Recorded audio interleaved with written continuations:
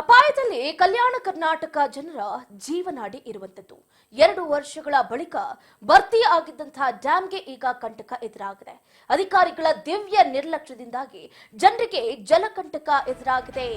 ಬಾಗಿನ ಅರ್ಪಿಸಬೇಕಾಗಿದ್ದಂತಹ ಬದಲು ಈಗ ಮುರಿದ ಗೇಟ್ ವೀಕ್ಷಣೆಗೆ ಸತ್ತು ಹೋಗಿರುವಂತದ್ದು. ಈಗ ತುಂಗಭದ್ರಾ ಡ್ಯಾಂನ ಪರಿಸ್ಥಿತಿ ಹೇಗಾಗಿದೆ ಅಂತಂದ್ರೆ ಮದುವೆ ಆಗ್ಬೇಕಾಗಿರೋರು ಮಸಣದ ದಾರಿ ಇರುದ್ರಂತೆ, ಹಂಗಾಗಿದೆ ಪರಿಸ್ಥಿತಿ. ಯಾಕಂತಂದ್ರೆ ಈಗಾಗಲೇ ಕಲ್ಯಾಣ ಕರ್ನಾಟಕದ ಜನರ ಜೀವನಾಡಿ ಆಗಿದ್ದಂತಹ ತುಂಗಿಗೆ ಇದೆಂತಹ ಪರಿಸ್ಥಿತಿ ಅನ್ನುವಂತಹ ಪ್ರಶ್ನೆ ಈಗ ಎಲ್ಲರಲ್ಲೂ ಕೂಡ ಮೂಡ್ತಾ ಇದೆ. 2 ವರ್ಷಗಳ ಬಳಿಕ ತುಂಬಿ ತುಳುಕಾಡ್ತಾ ಇದ್ದಂತಹ ಡ್ಯಾಂಗೆ ಈಗ ಅಪಾಯ ಎದುರಾಗಿದೆ. ಅಧಿಕಾರಿಗಳ ದಿವ್ಯ ನಿರ್ಲಕ್ಷ್ಯವೇ ಇದಕ್ಕೆ ಕಾರಣ, ಯಾರು ಕೂಡ ಹೊಡೆಯಲ್ಲ. ಅಧಿಕಾರಿಗಳ ಈ ನೆಗ್ಲಿಜೆನ್ಸಿನೇ ಇದಕ್ಕೆಲ್ಲ ಕಾರಣ. ಎಷ್ಟು ದಿನ ಬರಗಾಲ ಇತ್ತು, ಹೋಗಿ ಡ್ಯಾಮ್ ವೀಕ್ಷಣೆ ಮಾಡಕ್ಕೆ ಏನ್ ರೋಗ ಆಗಿತ್ತು, ಯಾರೊಬ್ರು ಕೂಡ ತಲೆ ಕೆಡ್ಸ್ಕೊಳ್ಳಿಲ್ಲ. ಡ್ಯಾಮ್ ತಾನೇ ತುಂಬುತ್ತೆ, ಹರಿಯುತ್ತೆ, ಅದ್ರಲ್ಲಿ ನಮ್ದೇನು ಬಿಡಿ ಹೋಗ್ಲಿ, ಸುಮ್ಮನೆ ಹೋಗ್ತಾರೆ, ಟೈಮ್ ಪಾಸ್ ಮಾಡ್ತಾರೆ, ಬರ್ತಾರೆ. ಈಗ ಟೈಮ್ ಪಾಸ್ ನಿಂದ ಅಲ್ಲಿನ ಜನರಿಗೆ ಜಲಕಂಟಕ ಎದುರಾಗಿದೆ.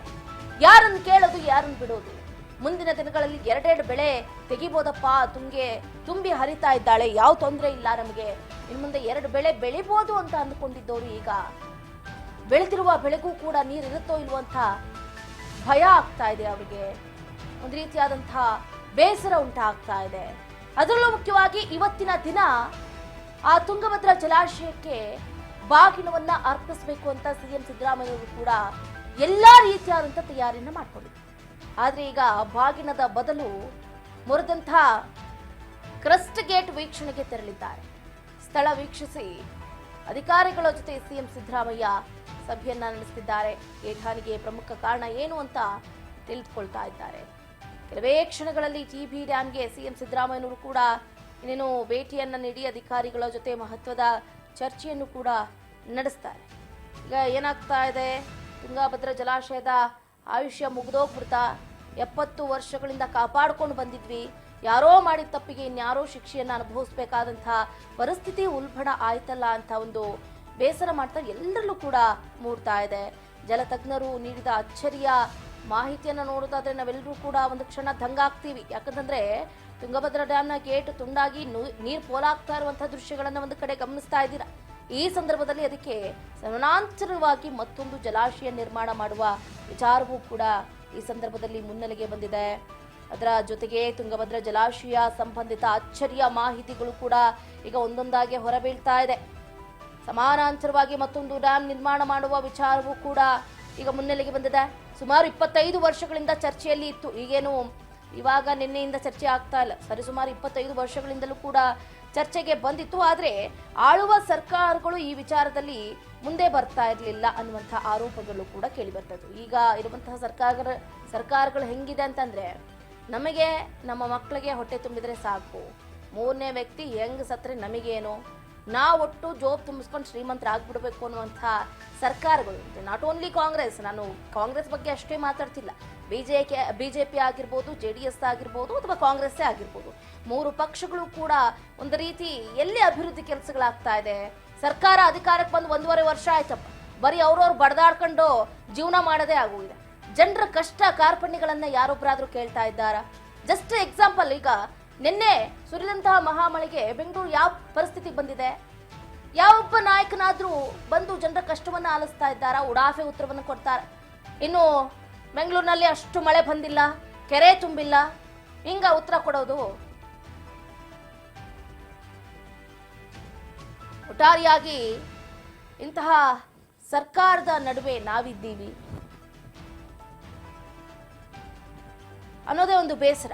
ಇದ್ರ ಬಗ್ಗೆ ಹೆಚ್ಚಿನ ಡೀಟೇಲ್ಸ್ ಅನ್ನು ಕೊಡ್ತಾ ಹೋಗ್ತಾರೆ ನಮ್ಮ ಪೊಲಿಟಿಕಲ್ ರಿಪೋರ್ಟರ್ ಬಸವರಾಜ್ ಹೂಗ. ಫೋನ್ ಸಂಪರ್ಕದಿಂದ ಜಾಯ್ನ್ ಆಗ್ತಿದ್ದಾರೆ. ಬಸವರಾಜ್, ಗಮನಿಸ್ತಾ ಇದ್ದೀವಿ, ತುಂಬಿ ತುಳುಕಾಡಿ ಇನ್ನೇನು ಬಾಗಿನ ಸಮರ್ಪಣೆ ಮಾಡ್ಕೋಬೇಕಾಗಿತ್ತು. ಆದ್ರೆ ಇವತ್ತು ಕ್ರಸ್ಟ್ ಗೇಟ್ ನ ಚೈನ್ ಲಿಂಕ್ ಕಟ್ಟಾಗಿ ಇವತ್ತೆಲ್ಲರೂ ಆ ದೃಶ್ಯವನ್ನ ವೀಕ್ಷಣೆ ಮಾಡೋದಕ್ಕೆ ಬರ್ತಾ ಇದ್ದಾರೆ. ಹೆಚ್ಚಿನ ಅಪ್ಡೇಟ್ಸ್ ಏನಿದೆ ಅಂತ? ಚಂದ್ರಕಲಾ, ಈಗಾಗಲೇ ಏನು ಭದ್ರಾವತಿ ಒಂದು ಜಲಾಶಯ ಕೂಡ ಈ ಬಾರಿ ಸಾಕಷ್ಟು ಒಂದ್ ಕಡೆ ನಿರೀಕ್ಷೆಗಿಂತ ಹೆಚ್ಚಾಗಿ ಒಂದು ಜಲಾಶಯ ಮಟ್ಟದಲ್ಲಿ ನೀರಿನ ಒಂದು ಹರಿವು ಕೂಡ ಇರುವಂತದ್ದು ಸಾಕಷ್ಟು ಈಗಾಗಲೇ ಭರ್ತಿಯಾಗಿದೆ. ಇಂಥ ಒಂದು ಸಂದರ್ಭದಲ್ಲಿ ಎಲ್ಲೋ ಒಂದು ಕಡೆ ಆ ಒಂದು ಅಧಿಕಾರಿಗಳ ನಿರ್ಲಕ್ಷ್ಯವೋ ಅಥವಾ ಸರ್ಕಾರದ ನಿರ್ಲಕ್ಷ್ಯವೋ ಎಲ್ಲೋ ಒಂದ್ ಕಡೆ ಇಲ್ಲಿ ನಿರ್ಲಕ್ಷ್ಯ ಮಾತ್ರ ಎದ್ದು ಕಾಣ್ತಾ ಇದೆ. ಯಾಕಂತಂದ್ರೆ ಅಲ್ಲಿ ಒಂದು ಏನು 19ನೇ ಗೇಟ್ ನಲ್ಲಿ ಏನು ಕ್ರಸ್ ಗೇಟ್ ನ ಒಂದು ಚೈನ್ ಕಟ್ ಆಗಿ ಈಗಾಗಲೇ ಸಾಕಷ್ಟು ಪ್ರಮಾಣದಲ್ಲಿ ನೀರು ಹರಿದು ಹೋಗ್ತಾ ಇದೆ. ಏನು ಈಗಾಗಲೇ ರೈತರು ಕಳೆದ ವರ್ಷಗಳಲ್ಲಿ ಸಾಕಷ್ಟು ಬರಗಾಲನ ಅನುಭವಿಸಿದ್ರು, ನೀರಿಲ್ಲದೆ ಪರದಾಡುವಂತ ಪರಿಸ್ಥಿತಿ ಆಗಿತ್ತು. ಅಲ್ಲಿ ಕುಡಿಯೋ ನೀರಿಗೂ ಕೂಡ ಸಾಕಷ್ಟು ಒಂದ್ ಕಡೆ ಸಭೆಗಳ ಮಾಡಿ ಒಂದಿಷ್ಟು 3 ರಾಜ್ಯಗಳಿಗೆ ನೀರು ಹರಿದು ಬಿಡುವಂತ ವ್ಯವಸ್ಥೆ ಕೂಡ ಆಗಿತ್ತು. ಆದ್ರೆ ಇದೀಗ ನೀರು ಸಂಗ್ರಹಣೆ ಆದ್ರೂ ಕೂಡ ಅದನ್ನ ಸರಿಯಾಗಿ ಸಮರ್ಪಕವಾಗಿ ಅದನ್ನ ತೆಗೆದು ಇಟ್ಟುಕೊಳ್ಳುವಂತ ಪ್ರಯತ್ನಕ್ಕೆ ಎಲ್ಲೋ ಒಂದ್ ಕಡೆ ಸರ್ಕಾರ ವಿಫಲವಾಯ್ತಾ ಅನ್ನುವಂಥದ್ದು ಕೂಡ ಇಲ್ಲಿ ತಿಳಿದು ಬರ್ತಾ ಇದೆ. ಹಾಗಾಗಿ ಇವತ್ತು ಸಿಎಂ ಸಿದ್ದರಾಮಯ್ಯನವರು ಇವತ್ತು ಆ ತುಂಗಭದ್ರಾ ಜಲಾಶಯಕ್ಕೆ ಹೋಗ್ತಾ ಇದ್ದಾರೆ. ಅಲ್ಲಿ ಆಗಿರ್ತಕ್ಕಂಥ ಕ್ರಸ್ಟ್ ಗೇಟ್ ನ ಚೈನ್ ಏನ್ ಕಟ್ ಆಗಿದೆ ಅದನ್ನ ಒಂದು ಪರಿಶೀಲನೆ ಕೂಡ ನಡೆಸಲಿದ್ದಾರೆ. ಅಲ್ಲಿ ಏನ್ ನೀರಾವರಿ ಇಲಾಖೆಯ ಸಂಬಂಧಪಟ್ಟಂತ ಅಧಿಕಾರಿಗಳು, ಮತ್ತೆ ಸರ್ಕಾರದ ಮಟ್ಟದ ಹಿರಿಯ ಅಧಿಕಾರಿಗಳು ಕೂಡ ಅವರ ಜೊತೆ ಇರ್ತಾರೆ. ಅದಕ್ಕೆ ಸಂಬಂಧಪಟ್ಟಂತೆ ಏನೆಲ್ಲ ಕ್ರಮ ಕೈಗೊಳ್ಳಬೇಕು ಅವೆಲ್ಲವನ್ನು ಕೂಡ ಇವತ್ತು ಸಿಎಂ ಸಿದ್ದರಾಮಯ್ಯವರು ಇವತ್ತು ಭೇಟಿ ನೀಡಿ ಪರಿಶೀಲನೆ ಕೂಡ ನಡೆಸಲಿದ್ದಾರೆ. ಚಂದ್ರಕಲಾ ಸರ್, ನಾವು ಇನ್ನೊಂದು ಕೂಡ ಗಮನಿಸಬೇಕಾಗುತ್ತೆ, ಇಲ್ಲಿ ಇನ್ನೊಂದು ಪರ್ಯಾಯ ವ್ಯವಸ್ಥೆಯನ್ನ ಮಾಡಬೇಕು ಅಂತ ಅಂದ್ಕೊಂಡಿದ್ದಾರೆ. ಬಟ್ ಈ ಹಿಂದೆ ಏನು 25 ವರ್ಷಗಳ ಹಿಂದೆನೆ ಏನು ಸಮಾನಾಂತರವಾಗಿ ಮತ್ತೊಂದು ಡ್ಯಾಮ್ ನಿರ್ಮಾಣ ಮಾಡಬೇಕು ಅನ್ನುವಂಥ ವಿಚಾರವೂ ಕೂಡ ಮುನ್ನೆಲೆಗೆ ಬಂದಿತ್ತು. ಬಟ್ ಯಾವೊಂದು ಸರ್ಕಾರವೂ ಕೂಡ ಇದಕ್ಕೆ ಮುಂದೆ ಆಗ್ತಾ ಇಲ್ಲ. ಈಗ ಈ ಕ್ರಸ್ಟ್ ಗೇಟ್ ಅನ್ನ ಏನು ಮೊದಲಿನಂತೆ ಮಾಡಬೇಕು ಅಂತಂದ್ರೆ ಸರಿಸುಮಾರು 15ರಿಂದ 20 ದಿನಗಳವರೆಗೂ ಹೆಚ್ಚು ಕಾಲಾವಕಾಶ ಬೇಕು ಅಂತ ಮಾಹಿತಿಯನ್ನ ನೀಡ್ತಾ ಇದ್ದಾರೆ. ಅಂದ್ರೆ ಈಗ ನೀರೆಲ್ಲ ಕಂಪ್ಲೀಟ್ ಆಗಿ ಪೋಲ್ ಆಗುತ್ತಾ ಹಾಗಾದ್ರೆ ಅಂತ? ಚಂದ್ರಕಲಾ, ಈಗ ಪರ್ಯಾಯವಾಗಿ ಅದಕ್ಕೆ ನೀರಿನ ರಭಸ ಹೆಚ್ಚಾಗಿರುವಂತದ್ದು. ಹಾಗಾಗಿ ಈ ಸಂದರ್ಭದಲ್ಲಿ ಆ ನೀರು ಬಿಡದೆ ಬೇರೆ ಮಾರ್ಗವೇ ಇಲ್ಲ. ಹಾಗಾಗಿ ನೀರು ಒಂದು ಹರಿವು ಇದ್ದ ಸಂದರ್ಭದಲ್ಲೇ ಅದನ್ನ ಗೇಟ್ ಅನ್ನ ಹಾಕುವಂಥದ್ದು ಮತ್ತೆ ಹೊಸದಾಗಿ ಒಂದು ಗೇಟ್ ಅನ್ನ ಈಗಾಗಲೇ ಸಿದ್ಧಪಡಿಸಲು ಈಗಾಗಲೇ ನೀರಾವರಿ ಅಧಿಕಾರಿಗಳಿಗೆ ಸೂಚನೆ ಕೊಟ್ಟಿರುವಂತ ಮತ್ತೆ ಸಂಬಂಧಪಟ್ಟ ತಜ್ಞರ ತಂಡವು ಕೂಡ ಈಗ ಆ ಒಂದು ಗೇಟ್ ನನ್ನು ಕೂಡ ತಯಾರು ಮಾಡುವಂತ ಹಂತದಲ್ಲಿ ಕೂಡ ಇರುವಂತದ್ದು. ಈಗಾಗಲೇ ಆ ಗೇಟ್ ಅನ್ನ ತಯಾರು ಮಾಡಿ ಅದ ಚೈನ್ ಕೂಡ ತಯಾರು ಮಾಡಿ ಅದಕ್ಕೆ ಹೊಸದಾದಂತ ಗೇಟ್ ಅನ್ನೇ ಅಳವಡಿಸಲಿಕ್ಕೆ ಈಗಾಗಲೇ ನೀರಾವರಿ ಇಲಾಖೆ ಮುಂದಾಗಿರುವಂತದ್ದು. ಈಗಾಗಲೇ ಸಂಬಂಧಪಟ್ಟಂತ ಸಿದ್ಧತೆ ಕೂಡ ನಡೀತಾ ಇದ್ದೇವೆ. ಆದ್ರೆ ಇದಕ್ಕೆ ಸಂಬಂಧಪಟ್ಟಂತೆ ಈಗಾಗಲೇ ಒಂದು ಪರ್ಯಾಯವಾಗಿರ್ತಕ್ಕಂಥ ಮತ್ತೊಂದು ಡ್ಯಾಮ್ ಮಾಡಬೇಕು ಅನ್ನುವಂತ ವಿಚಾರ ಹಲವು ವರ್ಷಗಳಿಂದಲೂ ಕೂಡ ಕೇಳಿ ಬರ್ತಾ ಇದೆ. ಆದ್ರೆ ಅದು ಎಷ್ಟರ ಮಟ್ಟಿಗೆ ಸಾಧ್ಯ, ಸರ್ಕಾರಗಳು ಯಾವ ರೀತಿಯ ಗಮನ ಹರಿಸ್ತವೆ ಅನ್ನೋದು ಕೂಡ ಸಾಕಷ್ಟು ಒಂದು ಯಕ್ಷ ಪ್ರಶ್ನೆಯಾಗಿ ಕಾಡ್ತಿದೆ. ಯಾಕಂತಂದ್ರೆ ಇರುವಂತಹ ಜಲಾಶಯವನ್ನೇ ಸರಿಯಾಗಿ ಸಮರ್ಪಕವಾಗಿ ಬಳಕೆ ಮಾಡುವಂತ ನಿಟ್ಟಿನಲ್ಲಿ ರಾಜ್ಯ ಸರ್ಕಾರ ವಿಫಲವಾಗಿದೆ. ಅದರ ಪ್ರಮುಖವಾಗಿ ಈಗ ಮತ್ತೆ ಪರ್ಯಾಯ ಮಾರ್ಗವಾಗಿ ಮತ್ತೊಂದು ಡ್ಯಾಮ್ ಅನ್ನ ನಿರ್ಮಾಣ ಮಾಡುವ ಹಂತಕ್ಕೆ ಹೋಗ್ತಾರ. ಇರುವಂತಹ ಡ್ಯಾಮ್ಗಳನ್ನೇ ಸರಿಯಾದಂತ ಸಮರ್ಪಕವಾಗಿ ಬಳಕೆ ಮಾಡುವಂತ ನಿಟ್ಟಿನಲ್ಲಿ ರಾಜ್ಯ ಸರ್ಕಾರ ಮುಂದಾಗಬೇಕಾಗಿದೆ. ಚಂದ್ರಕಲಾ.